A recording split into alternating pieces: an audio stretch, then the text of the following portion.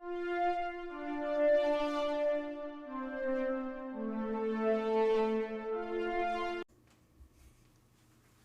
are happy to announce that this episode of the SWW show is partially brought to you by Humble Bundle. Well, not really. We are part of the Humble Bundle referral program, and we just wanted to say that if you like really cheap games and maybe helping charity pending the Humble thing going on, all you have to do is go to humblebundle.com/partner equals SWW. That's right, humblebundle.com/partner equals SWW.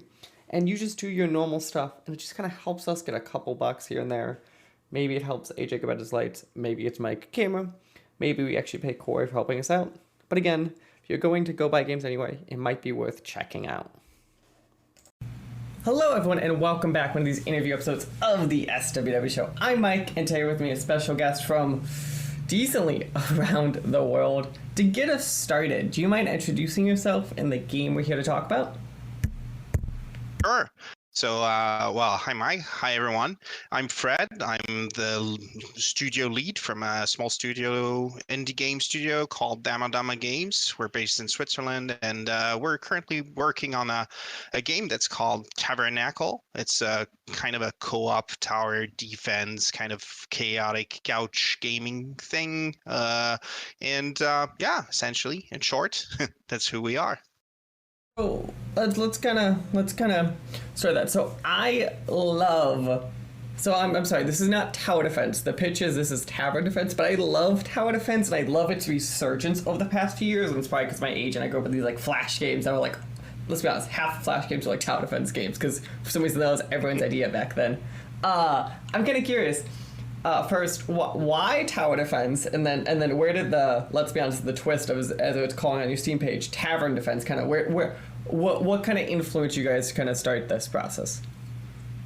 Yeah, that's a great question. Actually, the main influence that we got was not from the tower defense genre itself, but instead from the couch co-op genre. So we very much enjoyed game like Overcooked, for instance, or Unrailed, or Moving Out, and other similar co-op titles, and we felt that it would be nice to do a game of that genre with a building element to it. So we went and we figured that having to build towers and craft defenses and stuff like that would be interesting. And as we went, we thought that it could be cool to have little dwarves in a kind of steampunk universe, or medfan steampunk universe, and have them protect, well, obviously their most precious possession, their beloved tavern. So that's where it came from. That's the process.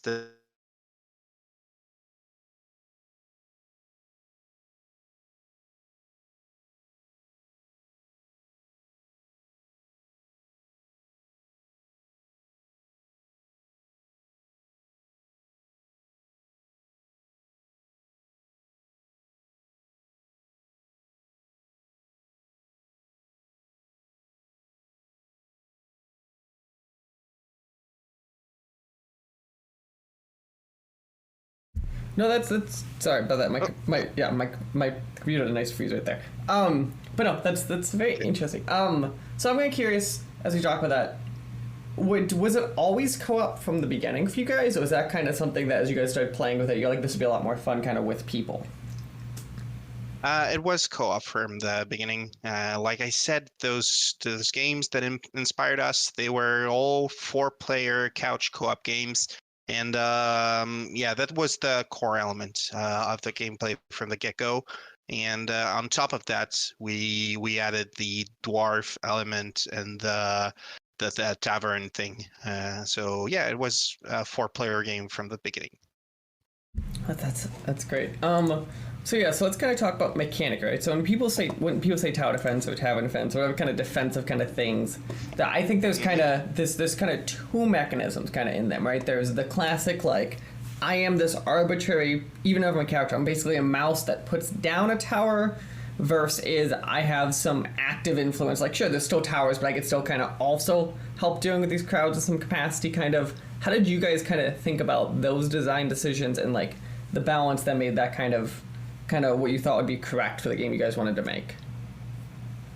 Yeah, we went for a very weird approach on the tower defense genre because we wanted to have four players play together. So instead of having that top-down camera view that you have with like a strategic view that you usually get in those games, we decided that we wanted to have players on the ground. So you have one dwarf that you control that's moving around the level, and you have to go cut down trees, collect stone, wood, and other such supplies to bring them back to wherever you want to build those towers and start building.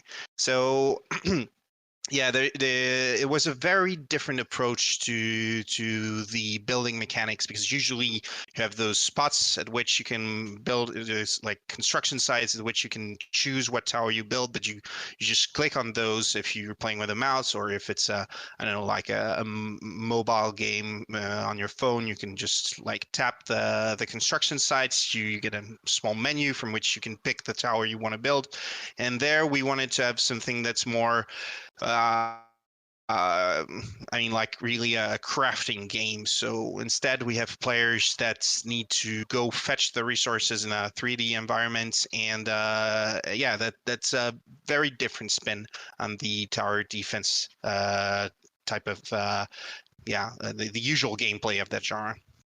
No, it very much is. It reminds me in, and obviously not a one to one, but I think mechanically it feels very similar to like how an RTS kind of deals with that of like the resource gathering and management kind of. I'm assuming there is some level of influence or thought kind of similar to how RTSs kind of function in that way.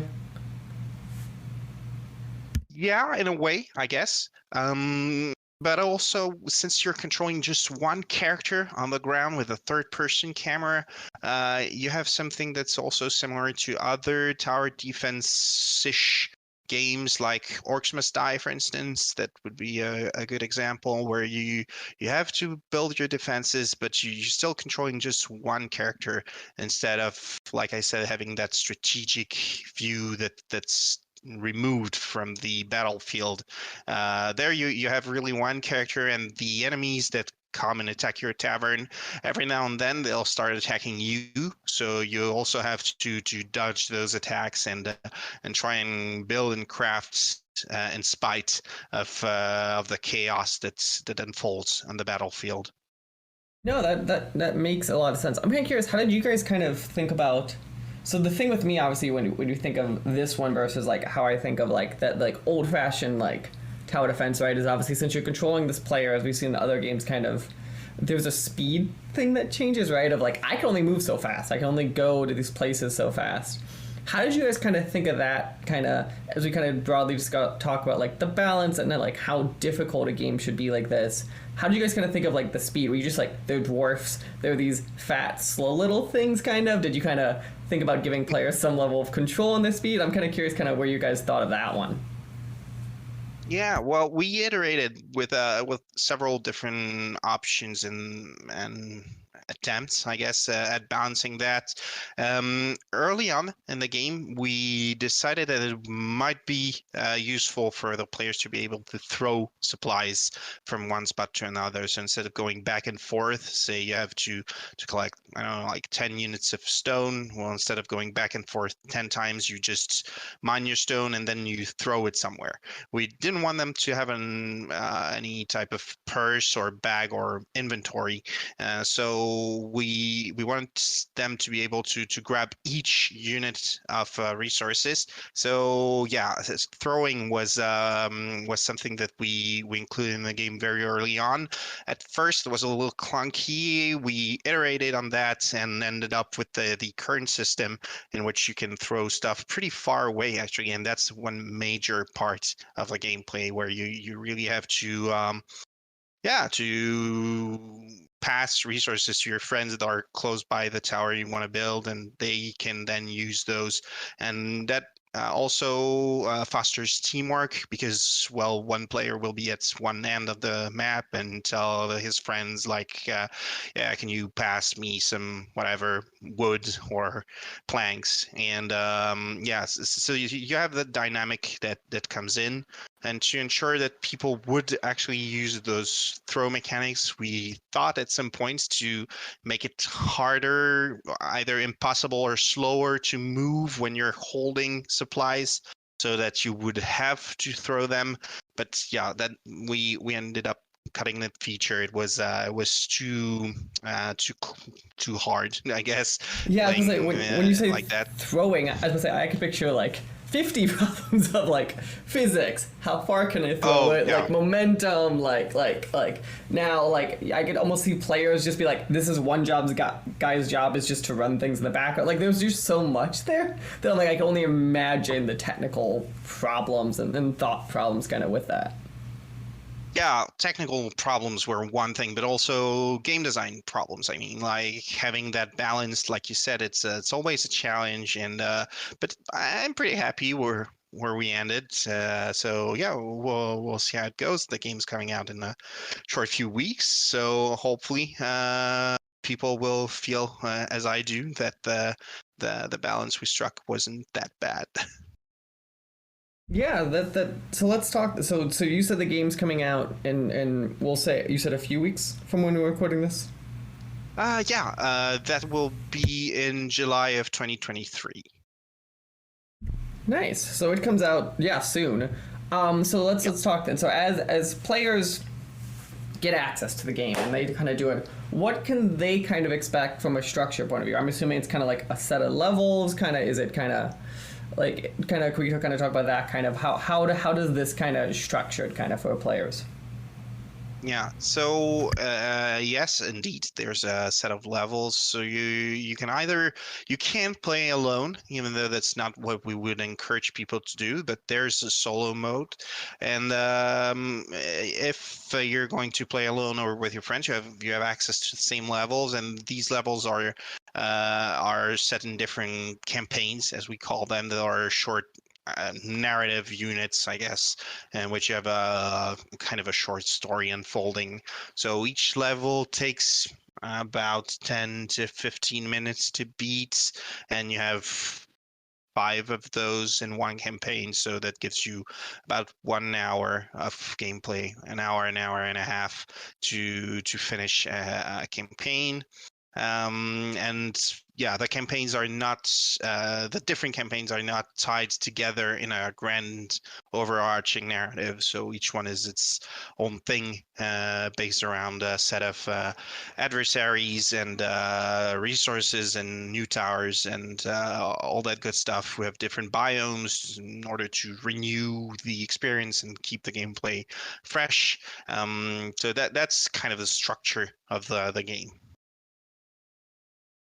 So when you guys were thinking of the different biomes, obviously you said they're kind of like not they're connect like theme wise connected but not story wise connected kind of. Was there any like as I'm watching as we were talking, I'm looking at like a Steam page kind of my background and I see like more of a like autumny biome, some grassy ones kind of. Was there kind of like stuff that you guys really wanted to hit? Was it kind of like as you guys were developing this, you're like what kind of feels right for this experience? We started out with quite a lot of ideas and we try and prototype some of those, see how it felt, and then we ended up cutting a lot of it actually. So that's essentially how we proceeded also with the general level design. So we create much more that's what's going to end up in the game, and we removed what we were not happy with. Yeah, we decided that we wanted different biomes. Like I said, to keep the experience fresh was important for us to have that kind of variety and keep things interesting. So each campaign has its own set of supplies that you get to collect and use to build a new set of towers every time, and also a new cast of enemies. Um, There's the first levels are wasp themed campaign in which you have like mutant insects that attack your tavern, and then you move on to other regions of the world with other types of enemies. Interesting. Why? I'm kind of why insects? Was that something that like you guys were fascinated by as a character type? Like, because to me, when I think like fantasy and dwarves, I honestly insects didn't cross my mind. Besides like spiders. Yeah, that's a good question. I don't know. I'm not sure. I guess we just created a set of enemies, and we like these ones. It's also it's kind of classic to have giant wasps, I guess, in fantasy games. So yeah, that's where we started with those. And yeah, but other biomes, they have very different and weird and more unique creatures attacking your tavern. I don't want to spoil the content of the game, but yeah, essentially you end up with very weird and kind of silly enemies attacking you. So we wanted to have also that fun, yeah, comedic elements to the game. Like I said, it's meant to be played with your friends. It's a chaotic co-op game, so yeah, it felt right to put some weird enemies, animals, mutant things, and other silly creatures in the game. So that's what we went with. Nice. So again, as we are talking, the game comes out in just a few weeks, month and some change type stuff. I'm assuming Yep. you guys at this point are kind of more content-y locked and kind of polishing and cleaning up the experience, or are you guys still kind of adding some more Yeah. stuff in? Yeah, at this point, we're indeed polishing things, translating the game, and doing a little bit of cleanup here and there. So yeah, the development is basically over for the most part. I'm sure last minute someone will uncover a major bug, and we'll have some few sleepless nights as the game approaches release. But as of right now, none of these nasty bugs has surfaced. So yeah, I hope that and we'll be all right. Perfect. Well, I want to ask as we get to the tail end of this discussion, is there anything else that you feel like we missed about Tabernacle, whether mechanically or anything like that, that you feel like needs to kind of be talked about or discussed, kind of for people who are interested in this experience? No, I guess, well, if people are interested in games that they can play with up to four friends, then it's the best thing is probably for them to check it out and see for themselves. Other than that, I don't think there's much I need to add at this stage. No. Perfect. Well, I want to say thank you again for taking the time to talk to me. Again, this is Tavernacle! Exclamation point. You are part of Dama Dama Games, and you can go right now and wishlist the game on Steam, which any developer tell you is the best thing you can do for any developer is go wishlist it. Helps them with a ton of traffic. And I want to say thank you again, Fred, for talking to me, and best of luck as you're finishing development, since that's coming up very, very soon. Well, thank you, Mike, for having me. It was a pleasure talking to you. And yeah, have a nice day. I guess it's earlier for you than it is for me. So yeah, have a nice morning and a nice day. The SWW show and all of its affiliate podcasts are podcast by me, Mike Maroney, and AJ Losi, sometimes by contributors, including Corey King. You can follow the SWW show on social media at the SWW show, or sooner or later you go to patreon.com/SWW to help us out. Thank you. We hope you enjoy the rest of your day.